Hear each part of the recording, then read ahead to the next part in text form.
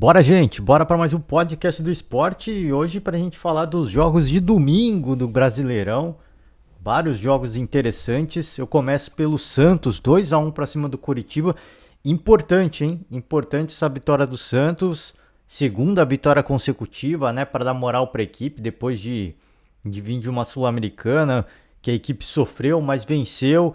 E agora uma vitória para cima do Coritiba é pro torcedor se empolgar. Eu acho que é uma promessa, é um início de trabalho do Fabian Bustos que pode dar frutos. Então eu acho que é motivo sim pro torcedor acreditar, pro torcedor se empolgar. É uma equipe que vai ganhar corpo, né? A gente sabe que o Santos tem que contar com a sua base para buscar como a maior fonte de reforços. E a gente vê outras equipes também fazendo isso, o Flamengo, o próprio São Paulo. Então, a base do Santos ela é uma unanimidade, né? Ela sempre foi muito forte, ela sempre forneceu à equipe profissional bons jogadores. O que a gente espera é que a garotada dê conta do recado, né, nos momentos difíceis e que a equipe santista saiba gerenciar, saiba fazer bons negócios, né? Porque à medida que, por exemplo, se a gente pegar o Ângelo, por exemplo, é um grande jogador, né?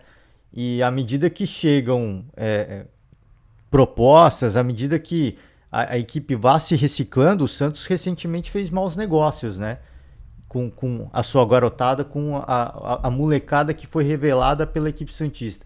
Então é importante, né, que essa nova gestão, que me parece ser muito consciente, né, muito responsável, que continue apostando, porque é a maior fonte cara, assim, de talentos, maior fonte de reforços, e que saiba usar isso a seu favor, principalmente na questão financeira, né?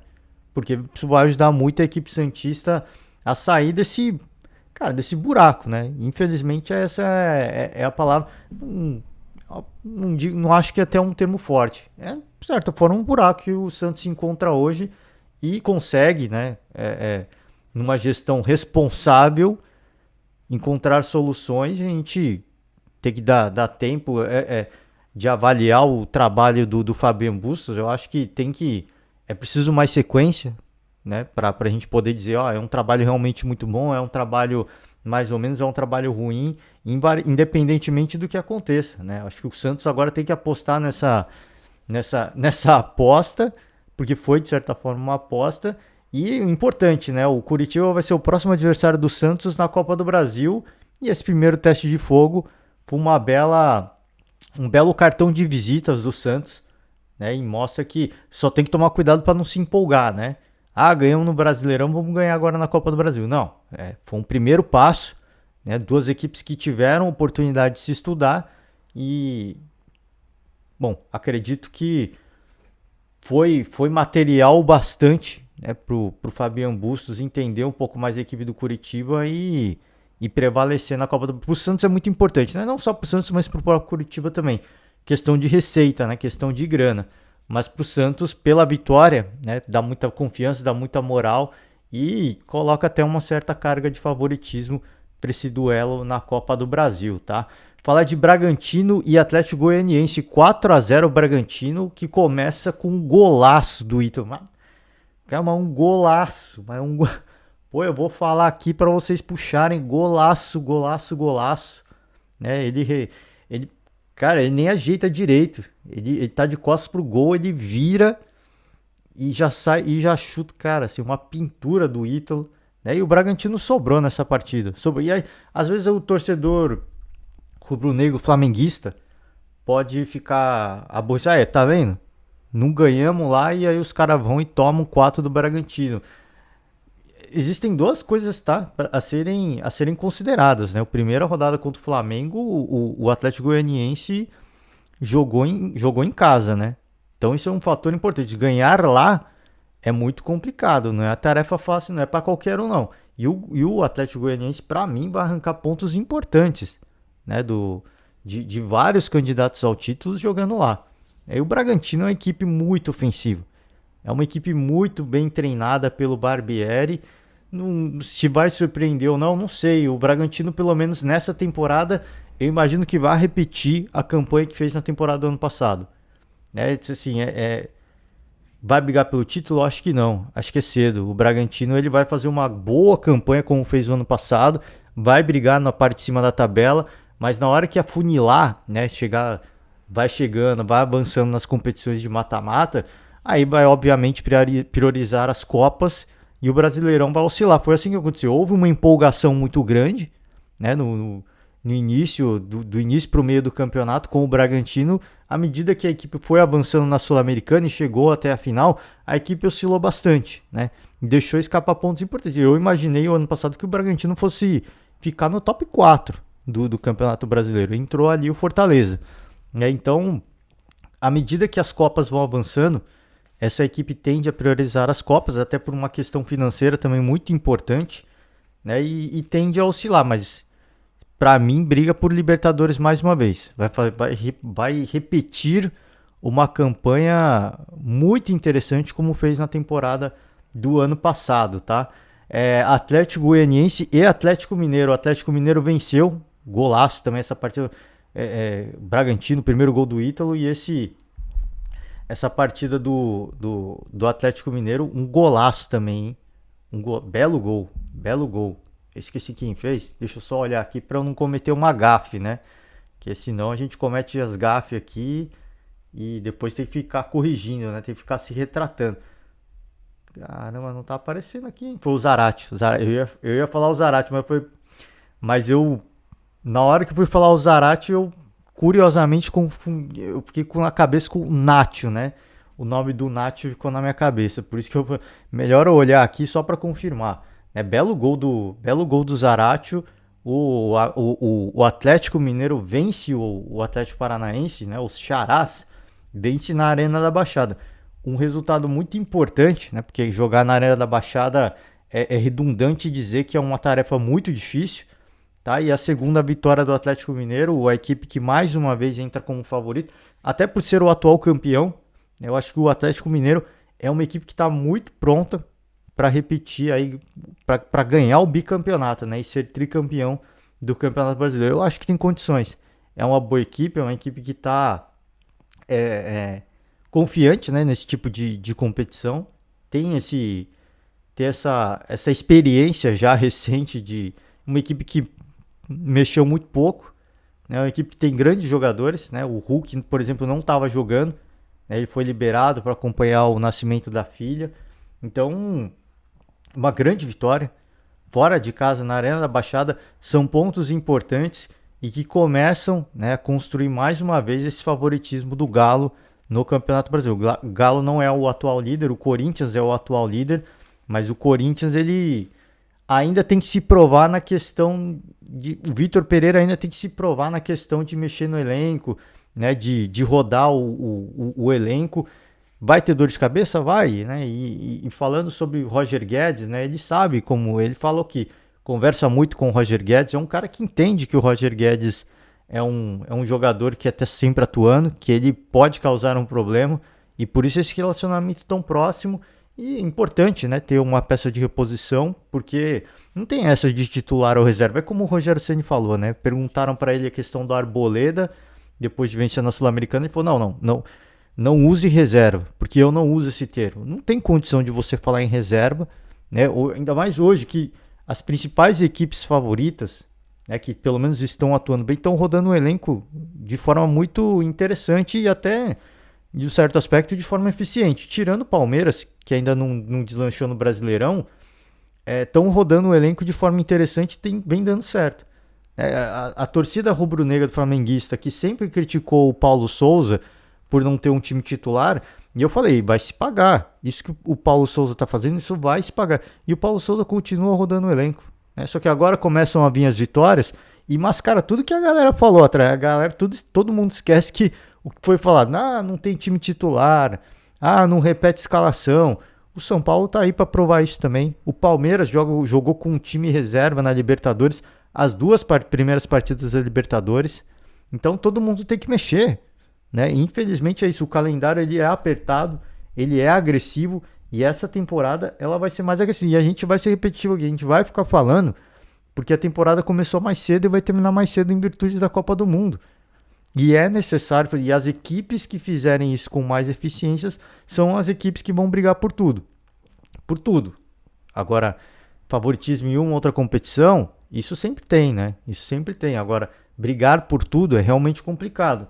E quem conseguir fazer isso com mais eficiência é realmente quem vai brigar por tudo. Como fez o Galo ano passado. Foi eliminado pelo Palmeiras na semifinal. O Galo chegou longe na Libertadores, ganhou a Copa do Brasil e o Brasileirão. É coisa de louco, assim. Se parar pra pensar a campanha que o Galo fez chegando numa semifinal de Libertadores. Foi uma baita campanha, né? Uma baita campanha. Falar de Ceará e Botafogo, hein? O Botafogo venceu o Ceará por 3-1, hein? 3-1. Importante a gente destacar esse resultado porque o jogo foi no Castelão, né? E o Ceará, chegada do Dorival Júnior, vinha sendo a equipe sensação, né? Os caras venceram o Palmeiras e aí engatou aí 3, 4 vitórias consecutivas, se eu não me engano, né? Ceará, aí aquilo que a gente sempre fala, não tem como jogar sempre com o mesmo time, não tem como manter a mesma intensidade. Ainda mais, eu coloco esse fator não para tirar o mérito, mas para defender o Ceará. O Ceará se encontra, né, no Nordeste brasileiro e o Ceará vai ter que fazer viagens muito longas para fazer as principais disputas, né? Se pensar em Sul-Americana, vai ter que viajar para fora do país, já são viagens longas, 3, 4 ou 5 horas. Para ir para jogar a maioria dos jogos fora de casa no Campeonato Brasileiro, vai ter que ir para o Centro-Oeste para jogar com o Cuiabá, longe, uma viagem longe, vai ter que vir para São Paulo jogar com as equipes de São Paulo. Para o Rio de Janeiro é muito longe, assim, é um desgaste muito grande. E esse vai ser o maior desafio do Dorival Júnior no Ceará. Conseguiu uma empolgação, conseguiu colocar... imagino que deu tempo de colocar uma filosofia, pelo menos no aspecto mental, né? Mudar a mentalidade da equipe. Agora, você manter isso por muito tempo é realmente muito complicado, porque o desgaste vem, e talvez nem tanto o desgaste físico, mas principalmente o desgaste mental. De você estar sempre viajando, você estar sempre tendo pouco tempo para curtir, pouco tempo para comemorar. É muito complicado. Isso não acontece só com o Ceará, mas em virtude das viagens um pouco mais distantes, as equipes do Ceará, o Ceará e o Fortaleza, é complicado. O Cuiabá também é difícil, né? Mas é que o Cuiabá ainda está um pouco mais perto do Sudeste, né? Então é uma tarefa difícil, e a gente vê o primeiro resultado aí, né? A gente viu jogando no Castelão, inclusive chegou a empatar a partida, né? Foi bravo, foi guerreiro, mas vai ter que rodar o elenco. E mesmo rodando o elenco, para quem está no banco de reservas, para quem entra depois, para os titulares que vão entrar depois, para os reservas que vão atuar uma partida ou outra, todo mundo se desgasta com os voos longos, todo mundo. Assim, não tem condição de você manter um mesmo nível o tempo todo, não tem condição. Jogando com a intensidade que o Ceará vinha jogando, isso causa um desgaste, né? Isso naturalmente vai desgastando. E não é demérito nenhum, acho que vai fazer uma boa campanha. Tem um excelente treinador, um dos melhores do país. Né? Eu acho que vai seguir complicando a vida de muita gente. Agora, é difícil imaginar o Ceará, por exemplo, eu vejo o Ceará mais brigando pela Sul-Americana do que pelo brasileiro. O brasileiro sonhar com uma Libertadores, isso é possível. Agora, falar em título eu acho complicado. É extremamente complicado. Porque essa gestão do elenco ela é delicada. Porque as viagens são muito longas. O tempo de recuperação é mais curto. E eu coloco isso na conta, repito, não para tirar o mérito do Ceará, mas eu coloco isso na conta justamente para defender o Ceará. É uma situação mais complicada, né? E a gente vê o primeiro resultado aí. O Botafogo consegue uma goleada importante para retomar, recuperar a confiança.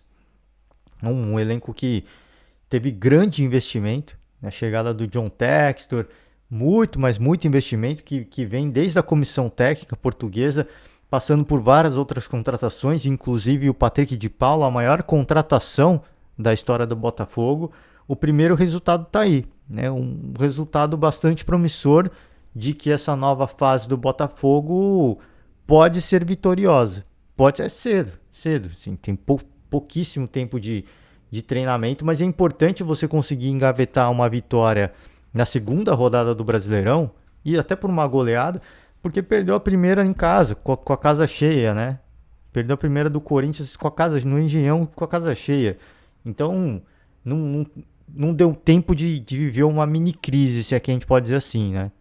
Já perdeu uma, beleza, venceu a outra fora de casa, importante, não deixou escapar pontos importantes, né? Como Palmeiras, por exemplo, né? E agora acho que seguir trabalhando, né? A pré-temporada do Botafogo é agora, né? E, infelizmente é isso. Por tudo que aconteceu, pelos reforços, infelizmente, mas felizmente, né? Porque a equipe se reforçou e tem tudo, mas tem tudo para se recuperar e ter uma vida tranquila, né, nessa temporada no Campeonato Brasileiro, brigar por título. Falar em Libertadores ainda é cedo, a gente vai ter que esperar para ver o trabalho do Luiz Castro, para ver se vai render, para ver se vai dar frutos, né, os grandes investimentos, mas que é promissor, que é interessante, é uma coisa que eu torço, né, do futebol, virou um clube empresa, investiu dinheiro, eu torço para as equipes que investem, porque o retorno tem que acontecer. É assim que a gente eleva o nível do nosso futebol. Sempre falei aqui no podcast. Eu não torço contra, tem gente que torce contra, né? As equipes que investem muito dinheiro, futebol não é só isso. Não, futebol, obviamente, não é só isso. Mas os grandes investimentos colocam o Brasil numa posição privilegiada no continente e também possivelmente, consegue colocar o Brasil de novo no mapa do futebol mundial, né? Com uma região a se olhar com cuidado.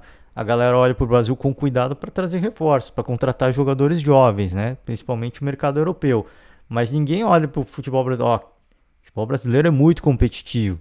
O futebol, aquela equipe, aquela outra equipe é muito boa, ela é muito bem treinada. Não, isso não acontece. Eles só olham para o Brasil e falam: ó, tem um garoto jovem da base do Palmeiras que está arrebentando na seleção brasileira.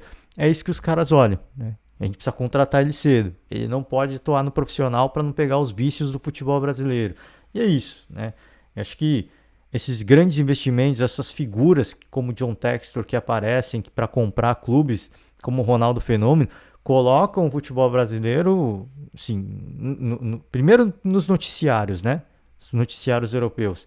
E segundo, que pode levar o Brasil de novo a uma posição de destaque de alguns jogadores, caso Vidal, por exemplo, de olhar para o futebol brasileiro, quero jogar no Flamengo. Eu quero atuar no Flamengo, né? Possível, sim. É um caminho muito longo, né? Vai ser uma jornada para os clubes brasileiros, muito longa ainda, para ganhar uma posição, retomar uma posição de destaque no futebol mundial. Mas esse é o primeiro passo. Eu acho que esse é o primeiro passo, né? E eu gosto disso. Eu torço para que isso aconteça, porque quem tem a ganhar é o nosso futebol, tá? Eu vou falar agora de Flamengo e São Paulo, e eu vou finalizar falando de Internacional e Fortaleza, óbvio, pela despedida aí do craque, do ídolo, da lenda da Alessandro, né?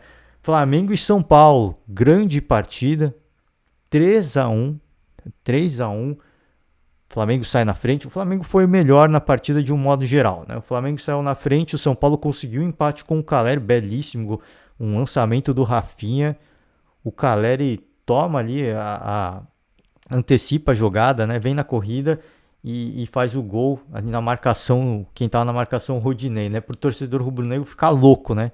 Ficar louco com o Rodinei. Eu vi a avaliação de ex-jogadores, inclusive zagueiros, e eu concordo com eles. A culpa não foi do Rodinei. O Rodinei tá parado e o Caleri vem na velocidade, vem na corrida. Quando você vem na corrida, você tem mais impulsão, né? E a chance de, ainda mais um jogador, um especialista na posição, com a envergadura que ele tem, com a massa corporal que ele tem, assim, mesmo se fosse o Thiago Silva do outro lado, mesmo se fosse o Rudiger do outro lado, a chance do Caleri ganhar essa disputa é muito grande. Então não é culpa do Rodinei, e eu concordo que não foi culpa do Rodinei. Mesmo se o Rodinei estivesse na corrida junto com o Caleri, seria difícil. Então é um lance complicado, né? Óbvio que pro torcedor que foi pro estádio, que foi torcer, poxa, de novo, cara, né? De novo, a gente sai ganhando, toma um empate de novo por culpa do cara. Não, tem que dar um desconto, né? Tem que entender o cenário do jogo, o contexto, a forma. Não pode tirar o mérito do gol do Caleri colocando a culpa no Rodinei. O mérito foi todo do Rafinha e do Caleri. Então, muito cuidado, né? Porque é fácil pegar no pé, né? O jogador tá marcado, é muito fácil. Ah, de novo. Poxa, esse cara não pode jogar mais. E aí, a gente vê jogadores que fizeram boas partidas. Andreas Pereira, um dos que o torcedor tem bronca hoje. O Isla, né, o episódio do Carnaval, fez uma grande partida, inclusive fez gol. Né, o Gabigol abre a porteira. Nossa, um belo gol do Gabigol, porque ele meio que perde a passada, né? E o Gabigol já perdeu aí em partidas recentes gols que ele estava bem posicionado, ele teve tempo de ajeitar a bola. E essa não, ele estava quase perdendo a passada e consegue um chute ali, não conseguiu nem olhar para o gol direito, né, e faz um belo gol. Aí o Isla faz o gol dele, né? Uma contribuição generosa do Jandrei, se é que a gente pode dizer assim. Contribuição não, né? O gol foi um chute cruzado, né? Não tem como, cara. Assim, infeliz... Eu tô confundido.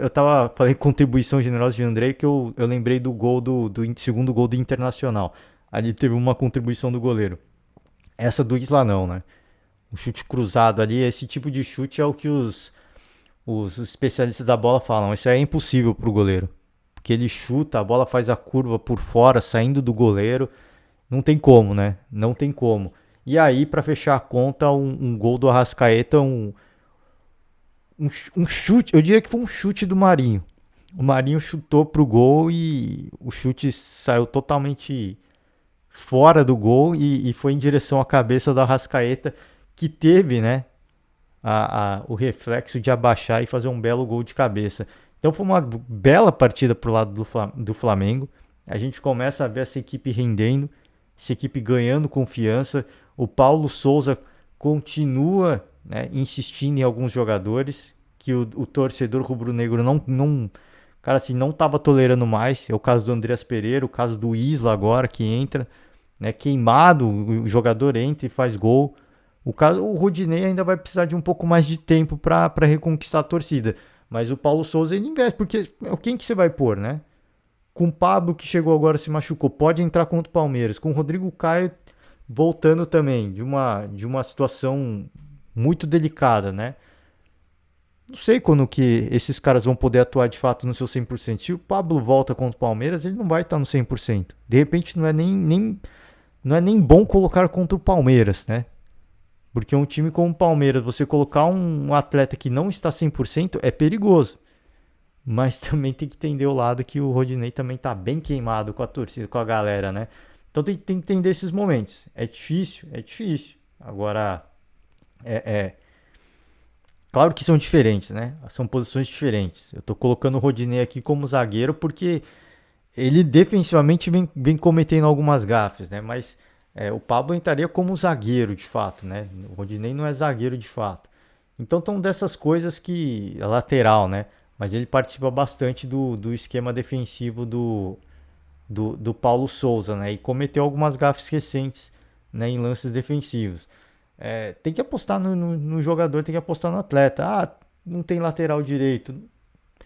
O Isla entrou bem, né? Que o Isla estava queimado. Será que agora o Isla vai ser titular? Né? Não sei, sim. Então, são coisas que o Willian Arão jogando de zagueiro, um cara que a torcida estava perdendo a paciência, né? Então, assim, o problema defensivo do Flamengo, o Flamengo tem jogadores para jogar na defesa, mas estão no departamento médico, né? Então, o torcedor tem que entender e tem que... Agora a gente tem que tirar o chapéu pro Paulo Souza, porque ele insiste em alguns jogadores, e é importante, porque esses jogadores estão lá. Eles não estão lá por acaso, eles estão lá para atuar. O técnico não pode ter essa vaidade de olhar e falar, não, o jornalista está criticando, diz que não tem condições de jogar no Flamengo. O torcedor está criticando, diz que não pode mais vestir a camisa.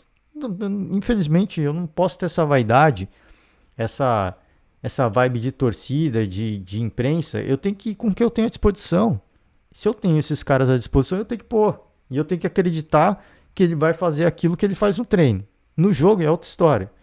Tem torcida gritando, vai sentir a pressão, mas eu tenho que acreditar, ué. Eu vou fazer o quê? Com quem que eu posso contar, né? Vai chegar alguém amanhã? Não vai, a janela fechou já. Então eu acho que tudo isso que, inclusive rodando elenco, né? Você vê, o Marinho entrou bem do lado esquerdo. O Marinho é um jogador que joga pelo lado direito, entrou bem pelo lado esquerdo.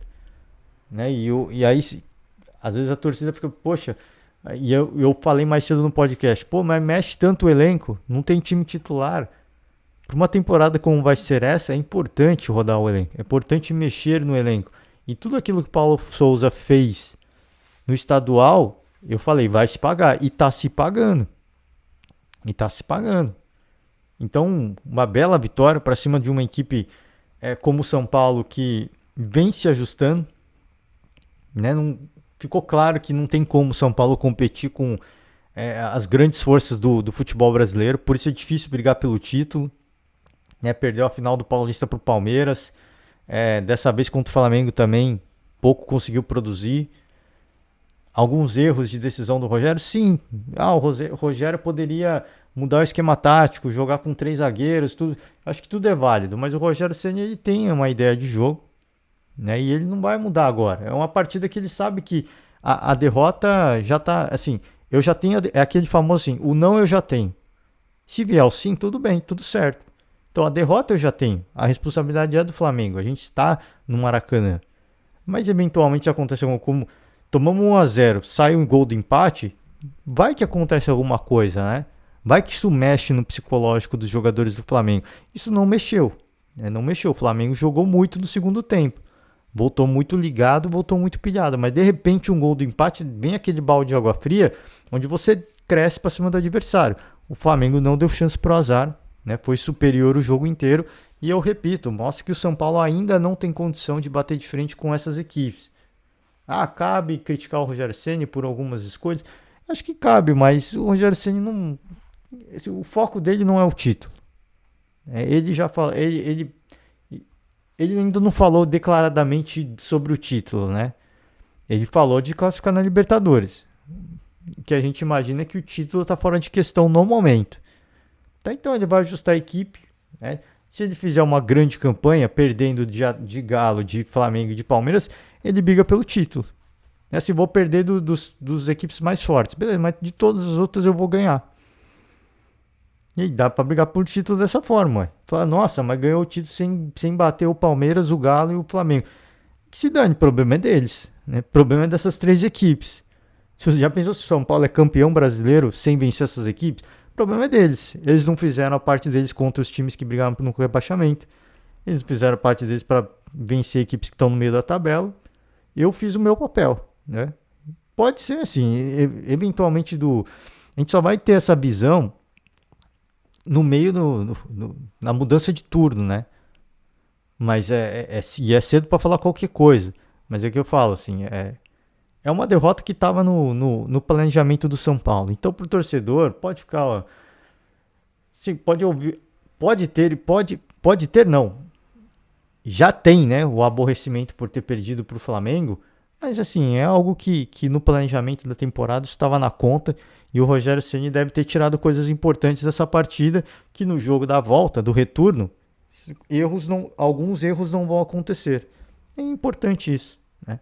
Assim como a equipe do Flamengo, que também está em formação, apesar de ter tido o estadual inteiro para formar a equipe, está em formação agora. Porque houveram todos os problemas de bastidores, problemas internos, e agora sim, né, parece que o elenco está 100% comprometido com a ideia do Paulo Souza e por isso a gente vê os resultados dentro de campo.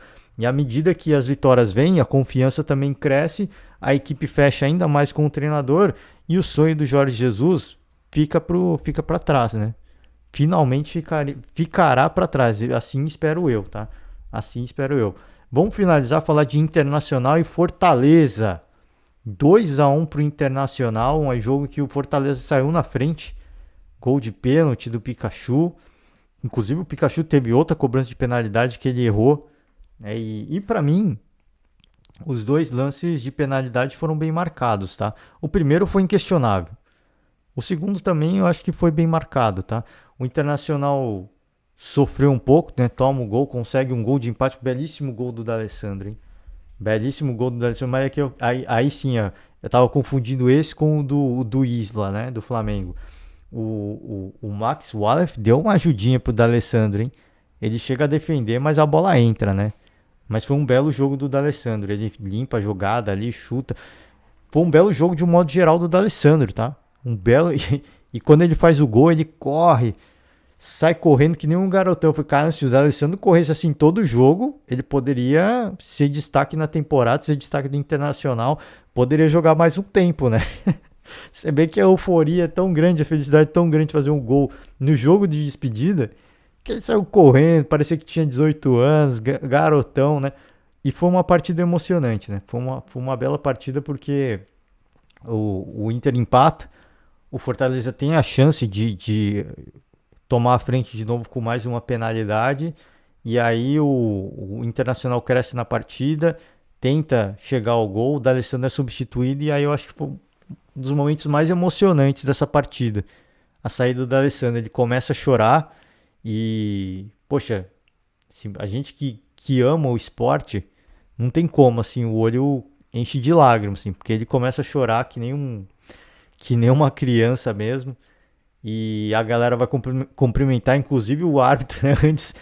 Antes ele tinha tretado com o árbitro, ele foi discutir com o árbitro, toma um cartão amarelo, e ele é cumprimentado até pelo árbitro do jogo, né? Você vê o respeito, ele sai do campo chorando, a galera cumprimenta, o Inter consegue o gol da vitória mais pro final da partida, né? Um gol do alemão, um belo gol de oportunismo, né? Talvez o Inter tenha achado o centroavante, eu não sei, eu acho cedo, né? Mas foi um belo gol, né? Cara, entre dois marcadores, ele foi lá, encontrou espacinho e deu o toquinho necessário para fazer o gol. Final da partida foi também emocionante, né? O Tyson foi às lágrimas ali, o D'Alessandro teve que consolar o Tyson, né? A galera gritando o nome dele em peso, cara, assim, foi surreal, assim, foi uma bela... Acho que a vitória... Assim, falar pelo lado do Fortaleza primeiro, a vitória é péssimo pro Fortaleza. Péssimo, o momento do Fortaleza é muito ruim mesmo, vive um momento muito delicado. Agora a gente vai ver a convicção dessa gestão do Fortaleza. Talvez seja o momento mais difícil que o Fortaleza começa a viver sob o comando do Vojvoda, né? Do Vojvoda. Talvez seja o momento mais delicado, tá? A gente vai ver a convicção. A diretoria, a gestão já falou que jogar a Sul-Americana seria um grande bônus, né? Então, uma gestão que entende que, pelo menos, é uma gestão consciente. Mostrou que entende que você passar para a fase de mata-mata na Libertadores, estreando na competição num grupo com o River Plate, é complicado, assim, é muito difícil. Então, é uma gestão que entende que a Libertadores ela é legal, mas ela é um bônus, né? E a realidade, na verdade, é a Sul-Americana, para uma equipe do Fortaleza que está crescendo, que está se construindo, que está se consolidando. Isso é muito interessante, isso é muito bacana por parte em termos de gestão. Mas agora a gente precisa entender, agora que a gente vai começar a ver o quanto que essa gestão tem a convicção no trabalho do Vojvoda. Porque já é mais uma derrota. É mais uma derrota na conta. E o Fortaleza é o vice-lanterna de momento. Então, a gente fala assim, falei ontem quando eu estava falando de Palmeiras, né? Que o Palmeiras não está na zona de rebaixamento, mas tem um ponto apenas, né? Tá quase lá. Cedo, assim, é cedo para falar de algumas equipes, ainda mais como Palmeiras e Fortaleza, que são muito bem geridas, é cedo. Mas para você sonhar com ares mais altos, esses pontos vão custar muito caro. Essas duas primeiras rodadas dessas duas equipes vão custar muito caro. E no ano passado, uma equipe muito bem organizada, muito bem estruturada, que paga as contas em dias, que é o Grêmio, foi rebaixada justamente porque foi negligenciando o Campeonato Brasileiro, né? Comemorou o título estadual, viveu uma ressaca, a equipe era muito boa, era muito forte, tinha grandes nomes, vai sair. Eu faço coro aqui, eu quebrei a cara também, queimei a língua também. Eu sempre falei aqui, o Grêmio vai sair. Mais uma derrota. Quarta rodada. O Grêmio vai sair. O Grêmio vai ter condição. Primeiro turno, o Grêmio vai sair. O Grêmio não tem time para estar na zona de rebaixamento. É inconcebível imaginar que o Grêmio ia ser rebaixado. E assim foi, né? E assim foi. Esse que é o problema. Assim, às vezes você fala, não, tá tudo bem, tá tudo certo, né? Mas à medida que as rodadas vão passando e as vitórias não vão acontecendo do jeito que você imagina, a pressão vai subindo, né? E vai ficando cada vez mais difícil você conseguir gerenciar isso. Então tem que dar uma resposta rápida. E mesmo se a resposta não vier aí a gente vai ver a convicção das gestões. No caso, o Palmeiras e no caso, Fortaleza, né? Repito, a gente elogia a gestão do Fortaleza justamente por entender que a Libertadores é um bônus, né? É um plus, foi uma grande conquista, mas entende que o grupo é difícil, é um estreante, né? É difícil. Tivesse pegado um grupo como... Tivessem caído no grupo junto com o Palmeiras, por exemplo, de repente, aí, pô, dá pra sonhar, né? Ganhar do Palmeiras não vamos ganhar, mas dos outros a gente ganha. Aí sim sonharia, falar, não, agora o plano muda, a gente tem, até pelo o nível dos adversários, a gente imagina que a gente consiga passar por uma fase de mata-mata. Agora não, assim, eles entendem a dificuldade, né? E fala assim, pô, Sul-Americana seria um bônus, né? Jogar Sul-Americana legal, assim, mostra que entende o momento, a convicção. Agora, quando as vitórias não começam a acontecer o resultado, derrota atrás de derrota, é difícil você bancar, né? É difícil. Mas eu espero que mantenha no cargo o Vojvoda, né? Eu não acho que tem crise, né? É uma coisa de momento, imagino eu. E eu espero que a gestão mostre a convicção e mantenha o treinador, porque foi um dos mais elogiados na temporada do ano passado. E não foi por acaso, foi pelo grande trabalho que ele fez, tá? E em relação ao Internacional, né, curiosamente a saída do Cacique Medina, eu não acho que o time rendeu mais pela saída do Medina, eu acho que foi muito mais pela questão da despedida do D'Alessandro.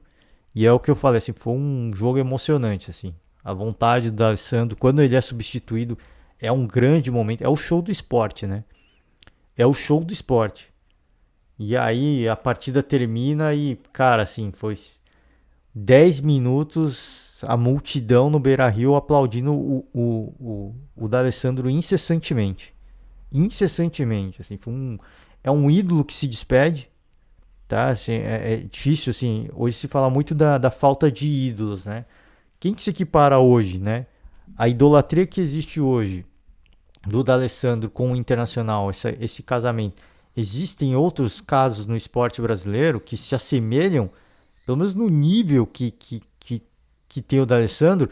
Você pode falar o Cássio com o Corinthians. O Cássio, ele é um grande ídolo, mas ele não é uma unanimidade. A gente viu o caso recente, né, de torcedores ameaçando o Cássio. E não só esses que ameaçaram, muitos outros cobram o Cássio. O próprio craque Neto cobra o Cássio. Assim, você quer bater o recorde do Ronaldo Giovanelli, não pode ter essa vaidade, tudo mais. Você vê que até um apresentador que é declaradamente corintiano, ele questionou o Cássio. Agora não, porque o Cássio volta a viver um bom momento, mas questionou o Cássio, né? Então, o Internacional não, o D'Alessandro sempre foi um ídolo, né? Foi um mito para o São Paulo, né? Tamanho da idolatria que tem o D'Alessandro com o Internacional, se existe outra parecida no Brasil, eu não sei. Sim, sinceramente, o Fábio no Cruzeiro talvez chegasse perto. Para mim, o Cássio no Corinthians também, apesar de algumas alas da torcida questionar muito o goleiro. O do Cruzeiro, do Fábio, eu acho que já não existe mais pela forma como ele saiu, mas ele foi, antes dele sair, foi um grande ídolo, né? Uma idolatria que, enfim, se ele for jogar lá, eu acho que a galera vai aplaudir ele. E outros casos, o Fred no Fluminense eu acho que não, né? Fez história no Fluminense, mas não chega a esse nível de idolatria. Um que eu acho que pode chegar. Só que é curioso, né? A idolatria, ela não tem tempo, né? Ela não tem limite de tempo. Você vê, por exemplo, o Fernando Praz no Palmeiras. Ele não ficou tanto tempo no Palmeiras, mas ele conquistou muita coisa. E ele saiu de uma forma assim, que eu achei que não foi legal, né? Ele saiu chateado com a equipe. E ele é um ídolo do torcedor palmeirense hoje. Existe uma idolatria muito grande, né? Então você vê assim, às vezes a idolatria não precisa ter muito tempo de construção. Mas quem pode chegar também, o Dudu pode chegar nesse nível, né? Existem outras equipes em que o Gabigol no Flamengo eu acho que pode chegar. Não é uma unanimidade ainda, porque quando o Gabigol, no início do trabalho do Paulo Souza, o Gabigol não fazendo tantos gols, perdendo muitos gols, e quando a galera foi lá cobrar no Ninho do Urubu, que o Gabigol saiu do carro, torcedores mais exaltados para cima dele. Então é um cara que é um ídolo, ele tem uma certa idolatria, mas ele não é uma unanimidade, né? Então você vê, tem atletas que podem chegar nesse nível de idolatria que o D'Alessandro tem no internacional, mas difícil imaginar, eu não consigo pensar agora, se você souber, se você conseguir souber e puder falar, comentar aí embaixo, deixa um comentário, mas no nível do D'Alessandro eu acho que não tem. Talvez se o Fábio tivesse no Cruzeiro hoje seria algo semelhante. Mas como ele já não é mais, a idolatria já não é mais a mesma, né? Perde-se um pouco. Alguns casos eu acho que pode chegar lá, né? Pode chegar nesse nível, que eu falei, o Gabigol pode chegar nesse, o Arrascaeta também, né? No Flamengo eu pego o Palmeiras, o Hulk no Galo, tem pouco tempo, mas não viveu uma fase ruim. A gente só vai ver o tamanho da idolatria quando eventualmente viveu um momento ruim no Galo. Dudu no Palmeiras é um cara inquestionável, incontestável, até nos momentos ruins era o cara que a equipe tirava o chapéu, porque o Dudu é o único que dá o sangue, que deixa tudo dentro de campo, quer jogar todos os jogos, acaba prejudicando a equipe algumas vezes, mas o torcedor sempre reconheceu, né? Essa garra, esse espírito lutador do Dudu. Então tem alguns atletas hoje que podem chegar nesse nível, mas eu acho que ainda não tem o nível que tem o D'Alessandro no Internacional. Ainda não. Então é um grande ídolo que se despede, foi uma despedida emocionante. Né, o Internacional, uma vitória importante, deixar um ambiente tranquilo para o treinador que vier, possivelmente Mano Menezes. Né, parece que vai ter uma reunião do Mano com a diretoria. Então, pode ser ele, né, o novo comandante do Internacional. Pessoalmente, assim, se me agrada ou não, algumas coisas, assim, eu às vezes vejo alguns vídeos do Baldasso, né? E o Baldassi fala assim, o primeiro nome para mim é o Cuca, assim, eu não sei nem por que e isso não só falando de Internacional, tá? Falando de outras equipes, eu não sei nem por que que esses, os YouTubers, né? Os jornalistas fãs, eu não sei nem por que e não só do Internacional, tá? E aí não, eu tô comentando o Baldassi porque foi recente isso. E não só o Baldasso, mas todos os outros, né? Eu não sei nem por que eles colocam o nome do Cuca como um possível nome, como o meu favorito é o Cuca. O Cuca não vai treinar o Internacional, não vai treinar qualquer outra equipe neste momento, tá? O Cuca ele disse pro Galo que não vai assumir o outro clube e não vai mesmo, pelo menos nesse primeiro semestre. Eu não imagino, eu não vejo o Cuca assumindo outro clube. E talvez, né, até pela relevância, pelo nome que ele tem hoje, o Cuca pode ser o sucessor do Tite na seleção brasileira. Pode ser, ele pode ser um sucessor. Falou-se, o jornal Marca da Espanha falou que a CBF fez proposta para o Pepe Guardiola. O Pepe Guardiola já pôs meio que um ponto final na conversa. A gente não sabe o que isso vai dar. Acho difícil que o Guardiola saia do City, inclusive. Mas a CBF, a nova gestão já mostra, né, que tá intencionada a trazer um grande treinador. Mas se não vier o Guardiola, o nome mais forte certamente vai ser o Cuca, né? Porque existe essa tradição de ter treinadores brasileiros na seleção brasileira.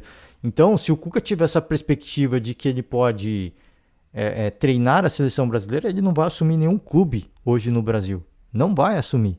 Ele vai tirar esse tempo sabático para curtir com a família, como ele próprio disse, e para se atualizar, né? Ele vai olhar para o futebol europeu, para o mundo, vai estudar, ter outras concepções de jogo para ele estar bem preparado para eventualmente assumir o comando da seleção brasileira. Eu não acho isso absurdo. O nome do Tite não é muito falado, né? Existe uma empolgação, né? O Abel Ferreira rolou uma empolgação, inclusive com um jornalista perguntando: você assumiria a seleção brasileira? O Abel Ferreira já descartou essa hipótese. Aí falavam também o nome do Jorge Jesus, pelo que ele fez no Flamengo, e o Cuca, né? Então o Cuca tá no meio de um outro pacote aí, mas se ele tiver essa perspectiva, ele não vai assumir. Por isso que eu falo assim, não adianta a galera que eu falo, os YouTubers fãs, colocarem o nome do Cuca. O treinador foi mandado embora, sei lá, quem que mandou embora agora? Do América, né? Do América, América o Cuca não ia rolar de jeito nenhum, né? Porque ele foi treinador do Galo. Mas sei lá, o Atlético Paranaense. Aí vem aquele aquele youtuber fã, Cuca é o primeiro nome. Esquece, cara. O Cuca não vai assumir. Né? E parece que houve uma ofensiva do Internacional pro Cuca de fato. Cara, assim, isso não vai acontecer. Se não adianta ficar se iludindo. É esse que é o lance, sabe? É perda de tempo. Isso é contraprodutivo. Né? Isso é contraprodutivo. É só isso que eu queria falar em relação ao nome do Cuca. Ele falou que não vai assumir nenhum clube hoje, falou pro Galo, né? Até por isso ele saiu. E eu repito, se ele tiver a perspectiva de assumir o comando da seleção brasileira, aí sim que ele não vai treinar clube nenhum. Que ele não vai pegar clube nenhum. E falando de Mano Menezes, internacional, eu acho que é um bom nome, assim, o Mano Menezes, e aí eu tô com um baldaço no seguinte ponto, o Odair Hellmann seria o nome ideal, né? Ele falou assim, depois do Cuca, o Odair. E nisso eu concordo. Para mim, o Cuca, eu não colocava nem na questão. O Odair, para mim, sempre foi o primeiro nome, né? Primeiro nome, assim. A Renata Fã, por exemplo, ela não pode ouvir falar o nome do Odair. Eu não sei por quê. Porque óbvio, inexperiente, mas ele ajudou a subir com o Internacional da Série B. Fez uma grande campanha logo na sequência na Série A. Né, e vice-campeão, eu acho, se eu não me engano, na Série A, né? Se eu não me engano, vice-campeão de Copa do Brasil. E pelos vice-campeonatos, eu não sei, eu acho que a Renata Fã pegou o ranço, mas o que o Inter precisa agora é de alguém que vai pôr ordem na casa. Não adianta o torcedor colorado achar que esse ano vai brigar por título. Não vai brigar. O Internacional precisa de alguém hoje que vai salvar essa equipe de brigar para não cair. É isso que fez o São Paulo. O São Paulo trouxe o Rogério Ceni para evitar mais uma briga pelo rebaixamento. O Internacional precisa de um treinador hoje que vai ajudar a equipe a não brigar pelo rebaixamento. E o nome do Odair Hellmann, para mim, seria o nome ideal. Agora, sim, se ele tem contrato no mundo árabe lá, tudo bem. Isso talvez fique fora de questão, sim. Mas esse, para mim, seria o primeiro nome. O Mano Menezes não tem trabalhos bons recentemente. Ele fez um grande trabalho no Cruzeiro e teve uma passagem ruim pelo Bahia, teve uma passagem ruim pelo Palmeiras. Ele não tem bons trabalhos recentemente. O Mano, ele é um cara que ele é reconhecidamente mais retranqueiro do que ofensivo, né? Propositivo. Eu acho que é um cara que pode consertar o Internacional, né? Parar de tomar gols. Agora, que o torcedor vai gostar disso, eu não sei. Tem muito torcedor que não gosta quando o time joga retranqueiro, né? O próprio torcedor palmeirense que eu falei no último podcast, quando o Palmeiras jogava excessivamente retrancado, e mesmo assim ganhou a Copa do Brasil com Abel Ferreira e bicampeonato da Libertadores, o torcedor não gostava. Aí agora o time é propositivo, continua não gostando, fala que precisa de reforço. Né? Então o torcedor do Internacional vai gostar de ter um time retranqueiro, a lá Mano Menezes? Essa é a pergunta que todo mundo tem que se fazer. Eu acho que é um nome que pode dar certo? Pode, assim, é um nome que ele já é unânime, ele já é consagrado, né? Não é uma unanimidade, ele já é consagrado. Mas os trabalhos recentes não foram interessantes, né?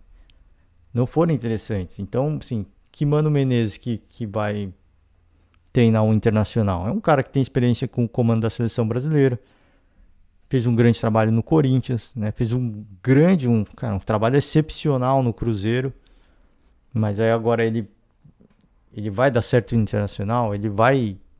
Se o Internacional para de tomar gol e começa a empatar todas as partidas, o torcedor vai gostar? Ele vai ter respaldo no cargo? Essas coisas que tem que se pôr na conta, né? Porque é aquela ideia de primeiro arruma a defesa para depois arrumar o ataque.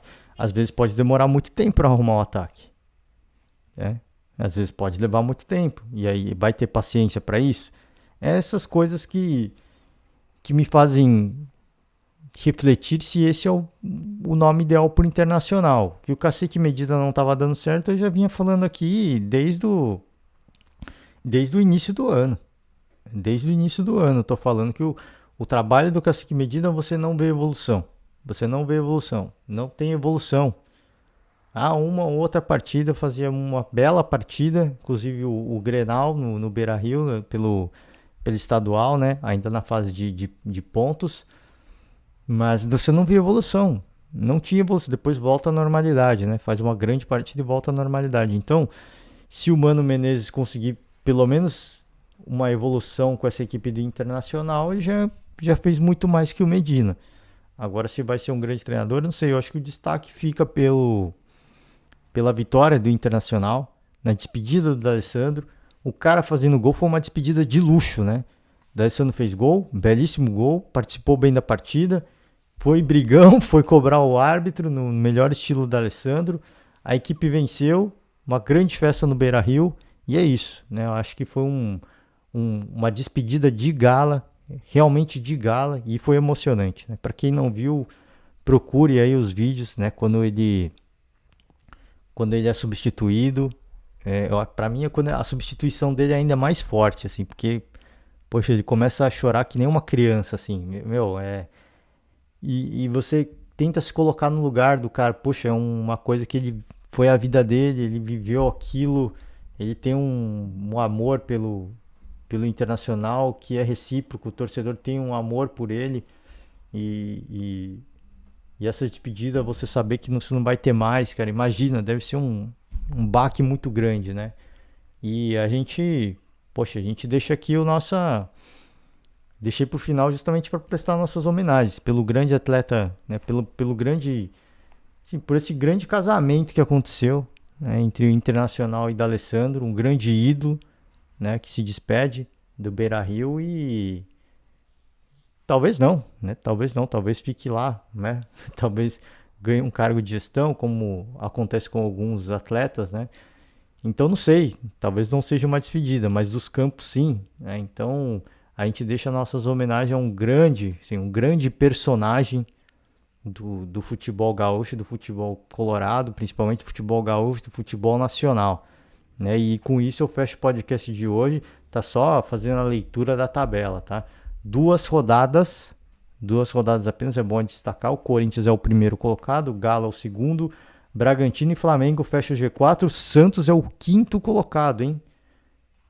E aí fecha o G6 com o Fluminense. São Paulo vem na cola, aí as equipes até o sexto colocado, todo mundo com 4 pontos. A partir do sexto, 3 pontos, São Paulo, Curitiba, América, Botafogo, Cuiabá, Ceará, Internacional, Avaí. Avaí fecha aí as equipes com 3 pontos e aí entra Palmeiras, Juventude, Goiás, Atlético Goianiense com 1 ponto, Fortaleza e Atlético Paranaense com 0 pontos, tá? Coisa importante, assim, pro Atlético Paranaense principalmente. Fez um final de temporada ruim no ano passado e esse ano duas partidas, 2 derrotas, sabe? Inclusive uma com um novo treinador. Foi 1-0, foi mais econômico, a goleada pro São Paulo foi totalmente atípica, né? Mas é 1-0 contra uma equipe que vai brigar pelo título. É uma derrota que, quando você faz, se existe um planejamento profissional, você coloca na conta. Essa derrota pode acontecer, ela é bem viável de acontecer, mas tem que tomar cuidado, né? O final de temporada do ano passado foi muito ruim e essa sequência perdura até agora, né? E outras 2 equipes que eu destaquei, que são bem organizadas, que são bem estruturadas, que é o Palmeiras e o Fortaleza. 2 rodadas, o início muito ruim.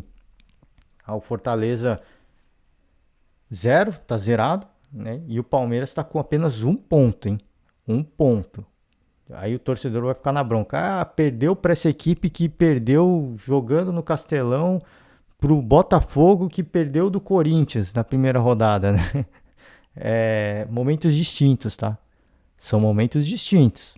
O torcedor não pode se apegar a resultado, olhar o placar e não entender o contexto. É isso que é o lance perigoso. Agora, que deixa escapar pontos importantes. Eu falei aqui, o Palmeiras no ano passado ficou distante do título porque foi perdendo pontos de equipes que foram brigar para não cair. E nesse ano, já começa o ano perdendo em casa, que é um jogo que você tem que ganhar, e perdendo do Goiás fora de casa, uma partida que o Palmeiras foi amplamente superior. E o Goiás é uma das equipes, até por vir da Série B, que naturalmente você imagina, vai brigar para não cair, né? Aí, até se provar, é outra história, né? Que é o Cuiabá, por exemplo. Quando subiu, naturalmente, o Cuiabá vai brigar para não cair. Por quê? Porque acabou de subir. Né? E em nível estadual não tem competitividade, né? O Cuiabá sobra em nível estadual. Aí não, fez uma grande campanha, fez uma bela temporada, aí você fala, bom, beleza. Sim, mas é natural que você coloque, por exemplo, o Goiás, o Avaí, o Curitiba, o próprio Botafogo como equipes que possivelmente vão brigar contra o rebaixamento, porque acabaram de subir, né? E não é demérito nenhum, assim, é natural você imaginar isso, fazer essa projeção. Por isso eu falo, não estou tirando o mérito do Goiás, não é isso. Mas é uma equipe que, por voltar à Série A, a gente imagina que vai brigar contra o rebaixamento. E o Palmeiras acabou de perder pontos importantes contra essa equipe. Né? Por isso que a gente fala. Né? O Fortaleza teve vida difícil? Teve, poxa. Foi jogar contra o Internacional no Beira-Rio, na despedida do D'Alessandro. Né? Só que aí perde na primeira rodada, perde pro Cuiabá jogando no Castelão. Isso não pode acontecer. Né?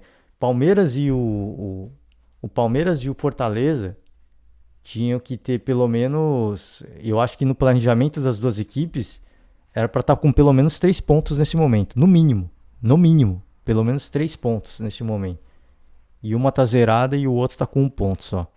Então por isso que a gente fala, assim, começo de temporada tá? Mas as coisas já começam a complicar em relação às pretensões no futuro da temporada. De brigar por G4, caso do Fortaleza, e o Palmeiras brigar por título, que eu acho que já fica distante, até porque o Flamengo está embalando, vai enfrentar o Flamengo agora, isso é importante para o Palmeiras, né? Mas pelo que a gente viu no Brasileiro do Palmeiras, o Brasileiro não é a competição do Palmeiras, né? Talvez essa partida sirva para mexer com o elenco, né? Falar assim, ó, os caras não querem a nossa torcida lá, vão jogar para nossa torcida e tudo mais. Pode ser que eles encarem uma partida de mata-mata como foi a final de... Pode ser. E aí complica a vida do Flamengo, mas já deu para ver que o Brasileirão não é especialidade do Abel Ferreira, né? E imaginar que o Palmeiras vai arrancar ponto do Flamengo no Maracanã é complicado e não é demérito algum não. Só que o problema é começar a temporada 3 rodadas, né? Ficar com 1 ponto. Isso é algo que chama atenção, né?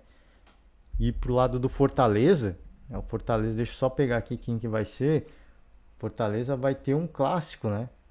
Agora não, o clássico vai ser bem depois. Eu não sei quem que é o próximo adversário do Fortaleza. Peço perdão aqui, galera, mas é assim. Aí fica nessa a sequência do Palmeiras é bem complicada, Flamengo e Corinthians na sequência, né? Então, o início pode ser bem ruim. E aí fica aquela coisa, né? Deixou escapar pontos importantes e agora vai ter que fazer a tarefa mais difícil, né? Por isso que a gente fala assim, não dá pra deixar correr muito. Uma hora vai ter que focar, porque senão depois você vai ter que abrir mão da competição de mata-mata para focar na competição de pontos. E o Palmeiras já fez isso, né? Curiosamente, o Palmeiras focou no Brasileirão.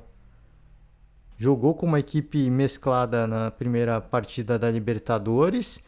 Jogou com uma equipe reserva contra o Petroleiro, a segunda partida da Libertadores, para entrar com o time titular contra o Goiás, né?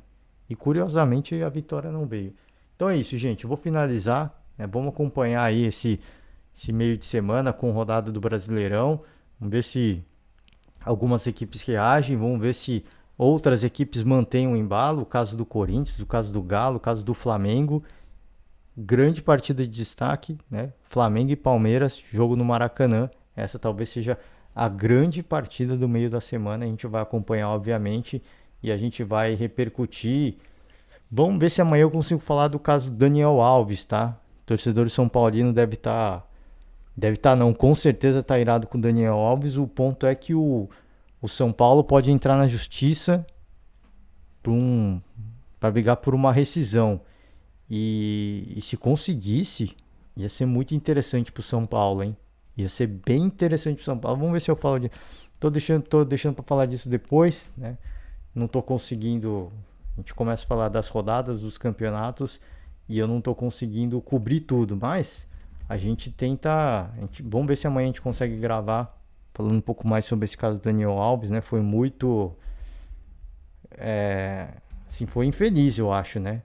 Foi infeliz na declaração dele, mas Vamos ver se a gente consegue falar alguma coisa, repercutir alguma coisa.